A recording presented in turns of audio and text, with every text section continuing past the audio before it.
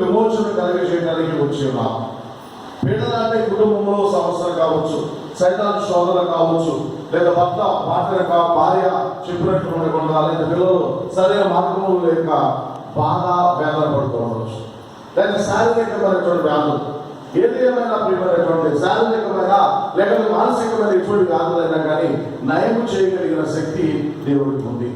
డాక్టర్లు కానీ మందులు కానీ తగ్గినటువంటి వ్యాధి బాధలు క్రీస్తు ప్రభు చేయి వేస్తేనే, క్రీస్తు ప్రభు యొక్క నేల పడితేనే, క్రీస్తు ప్రభు యొక్క అంగి అంచులు తాకితేనే స్వస్థత ఇస్తున్నట్లుగా మనము పరిశుద్ధ గ్రంథంలో ప్రభు అద్భుతం చేయలేకపోయారు, క్రీస్తు ప్రభు స్వస్థత చేయలేకపోయారు.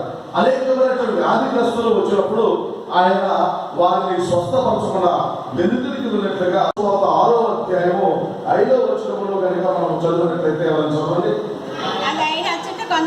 ఆయన అతను కొంతమంది వ్యాధిగ్రస్తులను తాకి స్వస్థపరిచే కానీ మనకి ఏ అద్భుతం చేయలేకపోయాడు. యేసు ప్రభు చేయజాలకపోయాడు అద్భుతం. ఎందుకు చేయలేక, చేతగాక, శక్తి లేక. పిల్లరా, అక్కడ ఎందుకు ఆయన చేయలేదంటే వారి తల్లిదండ్రులను